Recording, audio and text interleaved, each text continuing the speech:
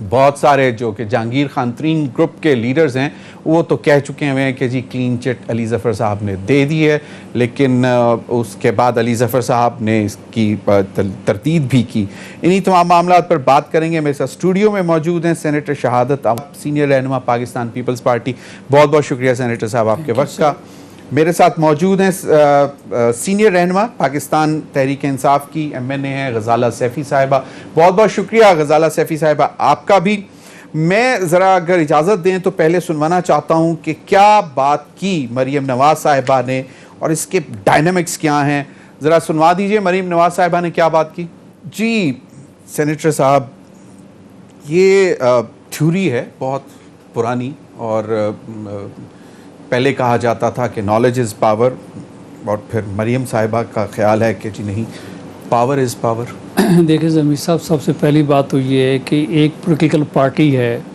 اس کا یہ اندرونی معاملہ ہے، لیکن پبلک جو یہ بات سمجھتی ہے کہ جو پاکستان مسلم لیگ نون ہے اس میں 2 دھڑے بن چکے ہیں۔ ایک دھڑا جس کو لیڈ کر رہی ہیں مریم نواز صاحبہ، اور ایک پارلیمنٹ میں جو دوست ہیں جو الیکٹیبل ہیں وہ ہیں میاں شہباز شریف صاحب کے ساتھ۔ اور یہ ایک فیکٹ ہے کہ PMLN کے اس وقت پریزیڈنٹ جو ہیں میاں شہباز شریف صاحب ہیں، لیڈر آف اپوزیشن جو ہیں میاں شہباز شریف صاحبہ ہیں، اور لیکن جو مریم صاحبہ ہیں انہوں نے جو اپنا بیانیہ رکھا ہوا ہے، اور ان کا ذہن یہ ہے کہ اگر اداروں کو کرٹیسائز کیا جائے گا یا اور قسم کی کوئی باتیں کی جائیں گی تو ہو سکتا ہے کہ ان کو اقتدار میں جانے کے لیے ان کے لیے کوئی سہولت ہو سکے۔ تو پہلی بات تو یہ ہے کہ میں آپ کو تھوڑا سا پیچھے لے کے جاؤں گا۔ جب ہم نے APC کال کی تھی ہمارے لیڈر چیئرمین صاحب نے، بلاول بھٹو زرداری صاحب نے، تو اس کے بعد PDM بنائی گئی۔ PDM میں جو پوائنٹس رکھے گئے تھے اس میں رکھا یہی گیا تھا کہ کسی طریقے سے اس گورنمنٹ کو ٹاپل کیا جائے تاکہ عوام کو ریلیف مل سکے۔ اس میں PLM جو N ہے وہ اس بات پہ متفق تھی، لیکن جب حقیقت میں ان کو یہ بات نظر آئی کہ یہ تو پاکستان پیپلز پارٹی جو ہے ہر طریقے سے جو ہے، چونکہ اس وقت دیکھیں تو پاکستان میں واحد ایک پولیٹیکل پارٹی ہے جو کہ روڈز پہ اسٹرگل کرنا جانتی ہے، وہ صرف اور صرف پاکستان پیپلز پارٹی ہے، جو کہ جانوں کے نذرانے بھی دیتی ہے، جو کہ جیلوں کو، عدالتوں کو، ہر چیز کو فیس کرتی ہے، اور ملک کے اندر رہ کے جو ہے ان سب چیزوں کو وہ فیس کرتی ہے۔ تو یہی وجہ ہے کہ اس کے اندر جو لاہ عمل بنایا گیا تھا وہ پہلا یہ تھا کہ اس کو ہم لانگ مارچ سے شروع کریں گے۔ لانگ مارچ کے بعد جو ہے ہم جو ہے اسمبلیز میں آ جائیں گے۔ ہمیں بہت اچھی طرح یاد ہیں، اور یہ پوائنٹس باقاعدہ جو APC تھی جس میں PDM بنی اس میں یہ لکھے بھی گئے تھے۔ بالکل، لیکن اب شہباز شریف صاحب جو بات کر رہے ہیں، جس پہ بلاول صاحب کی بھی ایک سٹیٹمنٹ آئی کہ جی ہم PMLN کی پالیسی وہ سمجھیں گے جو میاں شہباز شریف صاحب بولیں گے۔ اب شہباز شریف صاحب بول رہے ہیں کہ کوئی سوشل کانٹریکٹ ہونا چاہیے، عمرانی معاہدہ ہونا چاہیے جس کے تحت چیزیں آگے بڑھیں، اس پہ پیپلز پارٹی کمفرٹیبل ہوگی؟ دیکھیں ضبیر صاحب، انڈرسٹوڈ سی بات ہے کہ ہمیں تو پولیٹیکل پارٹی کو دیکھتا ہے۔ جس طریقے سے میں کہہ چکا ہوں کہ پریزیڈنٹ جو ہیں وہ تو شہباز صاحب ہیں، لیڈر آف اپوزیشن جو ہیں شہباز صاحب ہیں، تو ایک پارٹی میں تو بہت سے جو ہیں باقی ورکر ہوتے ہیں، لیڈرز ہوتے ہیں، تو ہر ایک کے ساتھ تو بلاول بھٹو صاحب جو ہے بات نہیں کریں گے۔ پارٹی کی جو بات ہوگی پارٹی ٹو پارٹی بات ہوگی۔ آپ کا خیال ہے کہ پاکستان مسلم لیگ نون میں جمہوریت ہے کہ اگر یہ میجورٹی کہتی ہے میاں نواز شریف صاحب کو کہ جی مفاہمت کی طرف چلنا چاہیے، دوسری جانب ان کی صاحبزادی اور ان کا ایک اپنا بیانیہ ہے جس کو آپ ڈینائی نہیں کر سکتے، کدھر جائے گی پارٹی؟ دیکھیں پہلی بات تو یہ ہے کہ ہمیں یہ دیکھنا ہوگا کہ کیا وجہ ہے کہ پہلے PDM میں آئے، پھر اس کے بعد کسی طریقے سے پاکستان پیپلز پارٹی کو PDM سے الگ کرنے کی کوشش کی گئی اور الگ کر دیا گیا۔ اس کی وجوہات کیا ہیں؟ اس کی 2 وجوہات یہ ہیں کہ مریم صاحبہ اس اسٹیج کے اوپر گورنمنٹ کو کوئی کسی قسم کا ٹف ٹائم نہیں دینا چاہتی۔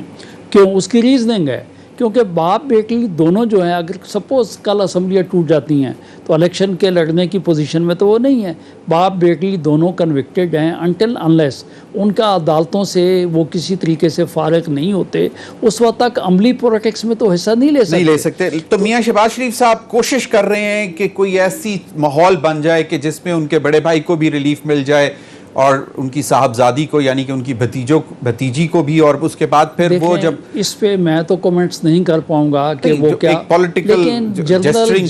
جو چیزیں نظر آتی ہیں، 2 باتیں تو نظر آئیں کہ اگلے دن کی ان کی جو میٹنگ پی ڈی ایم تھی اس کے بعد جو میڈیا ٹاک ہوئی اس سے تو یہ تاثر گیا ہے کہ ان کے 2 دھڑے بن چکے ہیں، چچا بھتیجی دونوں نے راستے الگ کر لیے ہیں۔ ہم نے تو اس حد تک میڈیا میں دیکھا کہ شہباز صاحب نے یہ کہا کہ اگر مجھے انڈیپینڈنٹ کام نہیں کرنے دیا جائے گا تو میں تو سیاست سے الگ ہو کے اپنا بزنس کرنا بھی شروع کر دوں گا۔ صحیح، تو بالکل صحیح، بالکل۔ میں ذرا چاہوں گا کہ ہمیں ڈاکٹر نثار چیمہ صاحب نے جوائن کیا ہے، پھر میں آپ دونوں کے کمنٹس جو ہیں وہ غزالہ سیفی صاحبہ سے جاننے کی کوشش کروں گا کہ کیا پی ٹی آئی کو کچھ اس میں لگ رہا ہے کہ واقعی سیاست ہو رہی ہے، یہ بھی یہاں پھر اپوزیشن اب ٹائم گزارنا چاہ رہی ہے۔ ڈاکٹر نثار چیمہ صاحب، 2 بیانیے اس وقت ہمارے سامنے ہیں، اگر آپ نے میاں مریم نواز صاحبہ کی بھی سنی ہو جو کل انہوں نے کی تھی، جس میں ان کا یہ خیال تھا کہ پاور ٹاکس ٹو پاور، یعنی کہ طاقت جو ہے وہ طاقت سے بات کرتی ہے اور مزاحمت کے بعد ہی مفاہمت کا راستہ نکلتا ہے، اور دوسری جانب میاں شہباز شریف صاحب کا یہ خیال ہے کہ نہیں، مفاہمت کی طرف چلنا چاہیے، اور وہ اس لیے لندن بھی جانے کو تیار ہیں، اپنے بڑے بھائی صاحب کے پیر پکڑنے کو بھی تیار ہیں۔ تو کیا یہ معاملہ کیا چل کیا رہے ہیں، گڈ کاپ بیڈ کاپ ہے، یا جو مریم نواز صاحبہ کچھ عرصے سے کرتی آ رہی تھیں اس کے نتیجے میں جو انہوں نے خود کہا کہ مزاحمت کے بعد مفاہمت کا راستہ نکلتا ہے، تو وہ اب مزاحمت کا راستہ جو ہے وہ بنایا سارا مریم صاحبہ نے، اور اب مفاہمت کے لیے میاں شہباز شریف صاحب آگے آئے ہیں؟ دیکھیے، اس کا مطلب یہ ہے کہ جو کچھ مریم نواز صاحبہ نے کہا اس کا مطلب یہ ہے کہ کوئی مفاہمت کے خلاف تو کوئی بھی نہیں ہے نا، صرف یہ ہے کہ جو رستہ ہے کس کا انتخاب کرنا ہے، اسٹریٹجی کیا اپنانی ہے، حکمت عملی کیا اپنانی ہے، لاہ عمل کیا ہونا چاہیے، اس کے بارے میں ایک آنسٹ ڈفرینس اوپینین ہو سکتا ہے، اور بڑی پارٹیوں میں ہوتا ہے جی، کوئی ایسی بات نہیں ہے، لیکن اصل جو منزل ہے، وہ جو ہدف ہے، وہ اس کے بارے میں نہ کوئی ابہام ہے نہ کوئی اختلاف ہے، اور وہ منزل یہ ہے کہ اس ملک میں حقیقی جمہوریت کو بحال کیا جائے، اس ملک میں قانون کی حکمرانی اور آئین کی بالادستی کو یقینی بنایا جائے، اور اس کے راستے میں جو رکاوٹ ہے، یہ حکومت جس کو مسلط کر دیا گیا ہے، جس کو عوام جو ہے ایک عذاب کی شکل میں پچھلے پونے 3 سال سے یہ برداشت کر رہے ہیں، جھیل رہے ہیں، اور اس کا جو اب اس کے مظالم جو ہے مہنگائی اور بے روزگاری کی شکل میں وہ دن بدن بڑھتے ہی جا رہے ہیں، عوام جو ہے عوام کا جینا مشکل ہو گیا ہے، اس حکومت سے نجات دلانا جو ہے وہ بھی ایک مقصد ہے، ہمارے ایک ہدف ہے، اس بارے میں کوئی اختلاف نہیں ہے۔ یہ ہے کہ مسلم لیگ نون کی صفوں میں، قیادت میں، حتیٰ کہ میں سمجھتا ہوں کہ پی ڈی ایم میں بھی کوئی اختلاف نہیں ہے۔ معذرت سے ڈاکٹر صاحب معذرت سے، مریم نواز صاحبہ خود کہہ چکی ہوئی ہیں کہ ہمیں عدم اعتماد کا ووٹ نہیں لے کے آنا پنجاب میں تاکہ یہ پوری طرح ایکسپوز ہوں، اور وہ یہ بھی کہہ چکی ہیں کہ ہم چاہتے ہیں کہ یہ 5 سال پورے کریں اور پوری طرح ایکسپوز ہوں۔ تو اب آپ یہ کہہ رہے ہیں کہ جناب ایک پورا مطلب شفٹ ہے، پالیسی شفٹ ہے کہ نہیں، فوری طور پر ان کو جو ہے ہٹانے کی کوشش کرنی ہے؟ نہیں، دیکھیں، یہ تو ایک عذاب کی شکل میں، یہ ایک عذاب ہے، اس بارے میں تو کوئی دو رائے نہیں ہے۔ دیکھیں، اور اس کا یہ ہے کہ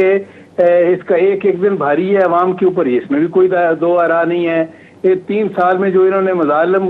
ڈھائے ہیں عوام کے اوپر، مہنگائی و بے روزگاری کی شکل میں، لا قانونیت کی شکل میں، لا لیسنس کی شکل میں، وہ بدترین گورننس کی شکل میں، اس کے بارے میں کوئی دو آراء نہیں ہے۔ ڈاکٹر صاحب یہ آج تو نہیں ہوا نا، یہ آج دینا چاہیے کہ نہیں، مزید یہ کہ ایکسپوز تو ہو چکے، لیکن مزید کیا یہ کہ ان کو یہ صحیح ایک نقطہ نظر ہے کہ ان کو سیاسی شہید ہونے کا بننے کا یہ خواہ یہ ایک چانس نہیں ملنا چاہیے۔ نہیں، لیکن ابھی جو کل جو آپ لوگوں کے جو اجلاس ہوا ہے اس میں تو یہ کہا گیا ہے کہ جناب بہت ہو گئی، عوام پھر ہمیں 2023 میں معاف نہیں کرے گی اگر آج ہم ان کے لیے نہ نکلے۔ یہ بالکل صحیح ہے، یہ بھی اس میں بالکل وزن ہے اس بات میں کہ ڈاکٹر صاحب دونوں باتوں میں وزن ہے، تو پالیسی کیا ہے؟ پالیسی کیا ہے؟ دونوں باتوں میں وزن ہے، پالیسی کیا ہے اس وقت پی ایم ایل این کی، کہ کیا ڈسلوج کرنی ہے فیڈرل گورنمنٹ اور پنجاب؟ دیکھیں، لائے عمل کیا اختیار کیا جائے گا یہ پی ڈی ایم کی اجتماعی قیادت فیصلہ کرے گی، لیکن یہ ہے کہ جو یعنی اس بارے میں جس طرح میں نے گزارش کی کہ یہ حکومت جو مسلط کی گئی ہے ایک عذاب کی شکل میں، اس کے یہ کہ مظالم کے بارے میں بالکل ڈاکٹر صاحب شخص کو پتا ہے، بالکل ڈاکٹر صاحب بالکل آپ ڈاکٹر صاحب بالکل صحیح کہہ رہے ہیں، لیکن پی ڈی ایم تو کہہ چکی ہے جی 14 اگست کو ہم فائنل شو ڈاؤن کریں گے، تو پی ایم ایل این ہی اس وقت سب سے بڑی پارٹی الیکٹڈ جس کے سب سے زیادہ ووٹ ہیں وہ پی ڈی ایم میں ایک ہے، مسلم لیگ نون ہے صرف ایک، کیونکہ پیپلز پارٹی اور اے این پی کو تو آپ لوگوں نے فارغ کر دیا۔ ویسے دیکھیں، میں آپ کو گزارش کرتا چلوں کہ یعنی جو پی ڈی ایم میں اس وقت شامل نہیں ہے پیپلز پارٹی یا اے این پی، ان کو بھی یہ جو اہداف ہیں جو اصل مقصد ہے اس کے بارے میں I'm sure کہ ان کو بھی کوئی اختلاف نہیں ہے. ان کو بھی اختلاف نہیں ہے. بالکل. چلیں یہ سینیٹر شہادت عوان صاحب سے بھی پوچھ لیں گے. غزالہ سیفی صاحبہ اگر اجازت دیں تو وہ کافی دیر سے بیٹھی ہوئی ہیں. غزالہ سیفی صاحبہ یہ ایک تو پی ایم ایل این کی اندرونی کہانی میں نے آپ کو تھوڑی سی بتانے کی کوشش کی ہے کہ مجھے نہیں معلوم کہ کیا سچائی ہے کیا نہیں, لیکن ابھی تک جو نظر آتا ہے وہ دو بیانیاں ہیں چچا اور بھتیجی کے درمیان. آپ کا کیا خیال ہے کہ پیپلز پارٹی تو ابھی وہ یقیناً وہ تو کہہ چکے ہیں کہ جناب آپ ہم پہ نہیں گورنمنٹ کی طرف آئیں. اب آپ کو کیا لگتا ہے کہ یہ کوئی کھچڑی پکے گی پی ڈی ایم کے فورم پہ؟ دیکھیے میں ڈاکٹر نثار چیمہ صاحب جو بیچاروں نے پچھلے 8 مہینے سے ایک ہی رٹ کے جو باتیں کر رہے ہیں مسلسل پاکستان تحریک انصاف کی حکومت کے خلاف,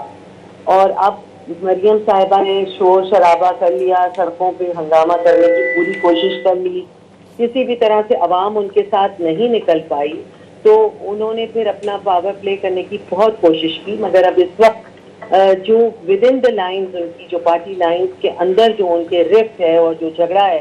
پہلے تو انہوں نے دوسری پارٹی جن کا وہ ہاتھ پکڑ کے چل رہے تھے, بیکاز یہ تو دیکھیے نا یہ تو ساجے کی ہنڈیاں ہے تو چوراہے پہ پھوٹنی تھی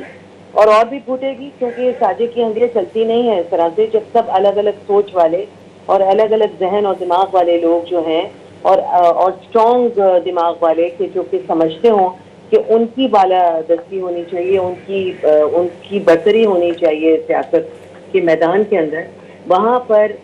یہ پی ایم ایل این کے اندر ہی جب تفرقہ ہو گیا تو ظاہری بات ہے ڈاکٹر چیمہ بھی اس وقت کافی کنفیوز نظر آئے اپنے اسٹیٹمنٹس دینے میں کہ ہاں جی یہ بھی ٹھیک ہے بہت اچھی بات ہے اور وہ بھی ٹھیک ہے بہت اچھی بات ہے, بڑا اچھی بات ہے, دو الگ الگ باتیں کر رہے ہیں مگر وہ بھی صحیح ہے اور وہ بھی صحیح. تو جب یہ قسم کی باتیں ہونے لگتی ہیں تو جو بیچارہ اسپوکس پرسن ہوتا ہے وہ بڑا کنفیوزڈ ہوتا ہے. ڈاکٹر صاحبہ سوری غزالہ سیفی صاحبہ آپ سے ہی جاننا چاہ رہا ہوں. غزالہ صاحبہ ایک بات آپ سے ہی پوچھنا چاہ رہا تھا.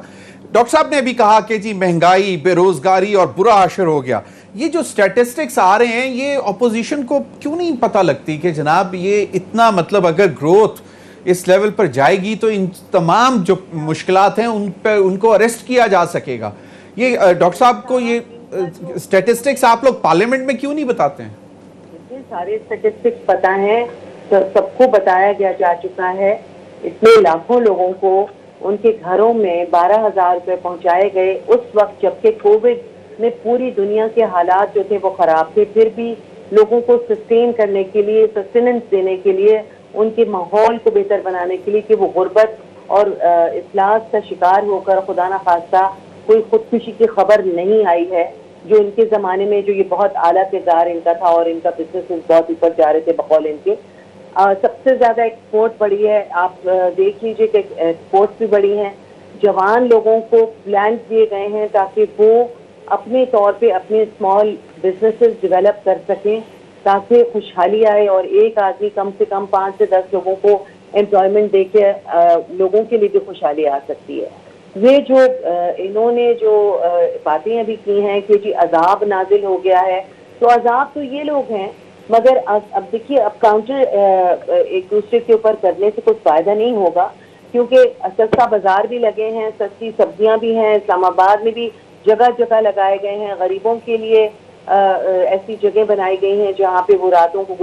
بسر کر سکتے ہیں, مفت کھانا بھی ان کو فراہم کیا گیا ہے. تو آسانیاں بہت پیدا کی گئی ہیں. کسی ایک وقت میں فلکچویٹ ضرور ہوئی پرائسز, مگر پرائسز کو اسٹیبل کرنے کی پوری کوشش کی گئی ہے. ٹیکس دیکھیے کہ کتنے سارے لوگوں نے ٹیکس دیا ہے, اسٹاک ایکسچینج کا حالات دیکھیے کہ کتنے امپروو ہوئے ہیں. منی کا